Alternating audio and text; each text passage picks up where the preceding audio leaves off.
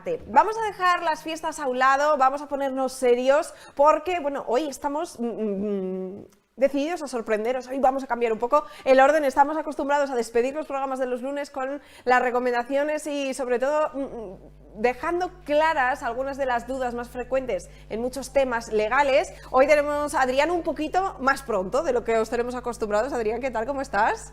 No eres Pablo, veremos antes. Bueno, estamos que lo rompemos este lunes. Bueno, vamos a hablar de un asunto que yo creo que todavía trae muchas dudas. Hablamos de las herencias. Evidentemente, cuando algún familiar fallece, no es plato de buen gusto, surgen muchas dudas, pero hay algo a lo que sí que nos podemos anticipar. Por ejemplo, el testamento. Testamento sí, tenerlo hecho; testamento no, tenerlo hecho. Ayuda, no ayuda, agiliza, no agiliza. Pues bien, Patricia, pues la verdad es que todo lo que sea anticipar a posibles incidencias a futuro, viene bien prevenirlo. Y por lo tanto nosotros siempre recomendamos que lo mejor sería en estos casos hacer el testamento. Como habías comentado, no es obligatorio, pero sí que sería recomendable en todo caso anticiparse a esas posibles incidencias o redecillas que en un futuro pudiera haber a la hora de un fallecimiento. Porque, por ejemplo, si no tenemos un testamento, ¿qué puede implicar para los familiares? Sí, pues ahí debemos de partir de dos circunstancias. En primer lugar, habría que analizar qué pasa con los herederos y cuál sería el proceso o el protocolo a seguir en caso de que no tuviéramos testamento. Pues bien, respecto a los herederos, sería la ley la que marcaría quiénes serían los herederos y que disfrutasen de ese caudal hereditario. Serían los hijos o los descendientes en primer lugar, hijos, nietos o bien los ascendientes, los padres. O podríamos incluso llegar a seguir escalando por el árbol genealógico. No obstante, respecto al proceso y protocolo, obviamente varía. Si bien, si tenemos el testamento, pues estaría claro quién es quién en cuestión del proceso de la herencia y qué parte le correspondería. No obstante, en caso de no tenerlo, pues sí que habría que ir, en primer lugar, a un procedimiento de una declaración de herederos en el notario, y que eso sí que sube bastante, incrementa bastante los costes respecto a la herencia, a bien que tengamos el testamento, porque el testamento simplemente tiene un coste aproximado de unos 60 euros en función un poco del caudal hereditario y de las páginas que a fin de cuentas el notario no te va a cobrar por el asesoramiento, sino por lo que él refleje en su documento, y por lo tanto a mayor caudal hereditario, mayor coste, pero sí que andaría en torno a una herencia normal en torno a unos 60 eurillos. De la otra forma, pues los costes ya subirían unos casi 200, así que también hay que tenerlo en cuenta a la hora de prevenir futuras incidencias o supuestos a futuro. Claro, hay gente que dice, bueno, ya, pero es que yo todavía soy joven, puedo pensar, no sé, en alguien que haya sido padre, por ejemplo, recientemente, ¿no? Que dices, no, es que a mí todavía me queda mucho para pensar en un testamento. Sí, pero que hagas un testamento hoy no quiere decir que ya sea inamovible y ya, oye, este ya hasta el final. No, se pueden hacer cambios. Por supuesto, o sea, tú puedes otorgar cuantos testamentos quieras. Es más, hoy se puede otorgar uno, mañana otro, pasado otro, o sea, no habría ningún tipo de problema a la hora de modificarlos. Siempre prevalecería el último, que es el que, en el momento del fallecimiento, el que se notifica a los herederos en el caso de que hubiera otorgado testamento. Y en ese caso, por ejemplo, ahora que dices que efectivamente se notifica a los herederos, ¿esto es en todos los casos? Quiero decir, porque a lo mejor tienes, no sé, un tío que por lo que sea, oye, te toca ahí en el testamento y no sabes que lo ha hecho. ¿Cómo se sabe que una persona efectivamente lo ha hecho? Pues a ver, a la hora del fallecimiento hay que dejar, en el momento que se tenga el certificado de función, habrá que dejar pasar unos 15 días desde la fecha de fallecimiento. Con ese certificado de función acudiríamos al registro central y ya se nos emitiría el certificado de últimas voluntades, en el cual constaría si ha otorgado testamento el finado o no ha otorgado. En caso de haber otorgado, vendría la fecha y el lugar, o sea, la notaría en la cual lo hubiera otorgado. Esto sucede porque cuando una persona va a otorgar el testamento a la notaría, lo que hace el notario una vez autoriza el testamento es al registro central emitirle la información de que alguien, por ejemplo tú, Patricia, has otorgado hoy, día 15 de mayo, el testamento en tal notaría. Nada más, ni el contenido, ni a quién le dejas, ni a quién no le dejas el caudal hereditario, solamente que tú ese día has otorgado ese testamento.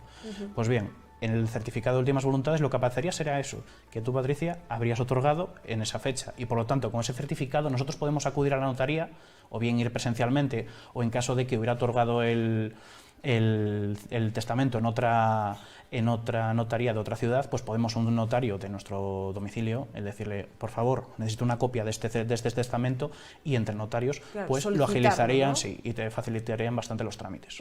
Bueno, el primer paso, por supuesto, para iniciar todos estos trámites, lo comentabas antes, hay que dejar constancia de esa defunción, hay que informar, Correcto, ¿no? Sí. Sí, hay que pedir el certificado de función, porque sí que para no verse en supuestos, que aunque pueda parecer esto una verdad de perogrullo, pero sí que hay veces que tiene que fallecer primero. No podemos empezar a repartir la herencia hasta que no fallece. Eso es más habitual. Eso es bastante más habitual en nuestra sociedad. Y tampoco, a colación de esto, mucha gente se pregunta, ¿puedo renunciar a la herencia hoy? No, hasta que no fallece no puedes empezar a ejecutar, a poner la maquinaria a funcionar. Por lo tanto, para renunciar, que también viene muchas veces al despacho a decir, oye, de mi tío que no tiene descendientes... Yo no quiero saber nada. No quiero saber nada. Pues no, hasta que no llegue el momento de la adjudicación, es decir, posterior al fallecimiento, uno no se debería de pronunciar. Porque es verdad que tienen que saber que no solamente las herencias pueden traernos cosas buenas, también se pueden heredar deudas. Entonces, claro, yo me imagino que haya gente de no, este que era el descarriado de la familia, yo no quiero saber nada por lo que me pueda tocar, ¿no? Sí. Ahí, claro, a la hora de aceptar una herencia, puedes tener activo y pasivo. Y se puede aceptar o bien puramente o bien a beneficio de inventario. ¿Qué es puramente? Que tú lo que heredas es el activo y el pasivo, es decir, ese piso que tiene en tal calle y también las deudas. Otra, es decir, tú heredarías completamente el pack completo de las dos cosas. No obstante, a beneficio de inventario lo que se haría sería, primero, con ese capital que tenemos, ese caudal hereditario, se limpiarían las deudas. Y el sobrante, si lo que quedase, si lo hubiese, pues en ese caso se adjudicaría directamente a los herederos. Claro, no me puedo quedar el piso si está endeudado hasta atrás y diciendo, no, yo de la deuda no, pero el piso dámelo. El piso dámelo para acá, no, de momento eso no puede ser. Claro, nos estamos poniendo muchas veces en el supuesto del heredero, del que va a percibir, ¿no?, esa herencia. El que está haciendo su testamento, ¿también puede beneficiar en mayor o menor medida a sus herederos? Creo que hay una parte de ese testamento que es por ley, que es inamovible, correcto, pero hay otras partes que sí que puedes decidir. Sí. Ahí sí que se puede jugar con los tercios. Una herencia se divide en 3 tercios, que sería la legítima, después el tercio de mejora y por último el tercio de libre disposición. La legítima sería aquella parte que le dejas directamente a los herederos, ¿vale? La mejora sería si tú a un hijo en concreto de esos descendientes o un nieto le quieres dejar una parte más, pues en ese caso se le podría mejorar hasta ese tercio. Incluso el último tercio, que es el de libre disposición, tú se lo podrías dejar a uno de tus herederos o bien a una orden ONG o a lo que uno quiera, es de libre disposición, se lo puedes dejar a cualquier tipo de persona. O sea, no habría ningún tipo de limitación. Lo único que sí que sería obligatorio sería ese tercio de la legítima estricta. Lo restante, el segundo tercio, para mejorar a uno de los descendientes y el tercero, o bien para mejorar a ellos, o a un tercero que alguien quiera dejárselo. Claro, y si yo, por ejemplo, tengo 3 hijos, ese tercio obligatorio está dividido al 33%, ¿no?, entre todos ellos, pero yo todo lo demás se lo he querido dejar solo a uno, en percibir o no percibir la herencia, aceptarla o no aceptarla, ¿tienen que estar de acuerdo los 3? ¿O cada uno es libre de tomar la decisión? En el supuesto de, a ver, en este caso, las mayorías, y eso que estamos en época de elecciones, aquí las mayorías no primarían. Aquí lo que prima es la voluntad de la unanimidad completamente. Es decir, hay muchas veces que nos llegamos a incidencias, en ese caso que comentabas tú, sí que no, porque si por testamento le hemos dejado el tercio de mejora y el de libre disposición a un heredero, es la voluntad. Así que eso sería lo que hay. Pero en el supuesto de que haya varios herederos y que haya alguno díscolo y que no quiera aceptarlo, que esté retrasándolo un poco, claro, sí que primaría la unanimidad. No se puede decir, oye, somos 3 herederos, 2 estamos de acuerdo, vamos para adelante con la adjudicación. No, tendrían que estar los 3 de acuerdo. No podríamos claro, me estoy imaginando, por ejemplo, pues eso, 3 hermanos que a lo mejor van a heredar una vivienda, un inmueble que, oye, pues por lo que sea, tiene que algún tipo de deuda, aunque sea pequeña, y a 2 de ellos les pesa más ya, pero es que yo prefiero conservar esta casa del pueblo, aunque tenga que pagar esto de deuda, y otro diga, no, yo de deuda no quiero saber nada. Ahí, de hecho, muchas veces esto provoca que se acabe en el juzgado para resolver este tipo de... Comprando a lo mejor esa tercera parte, bueno, eso ya es cosa vuestra.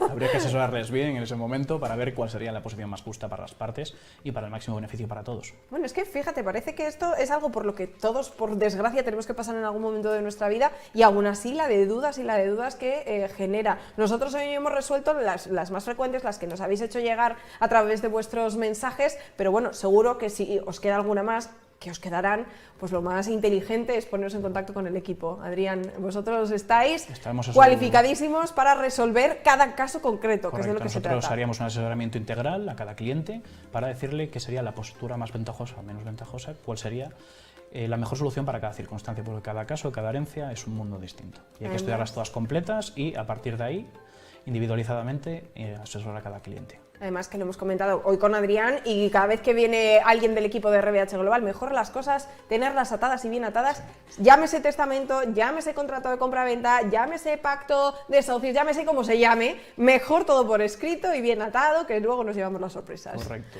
Adrián, pues un placer, como siempre, muchísimas gracias Gracias a y os recibiremos a quien quiera venir del equipo el próximo lunes. Perfecto, muchas gracias. Patricia.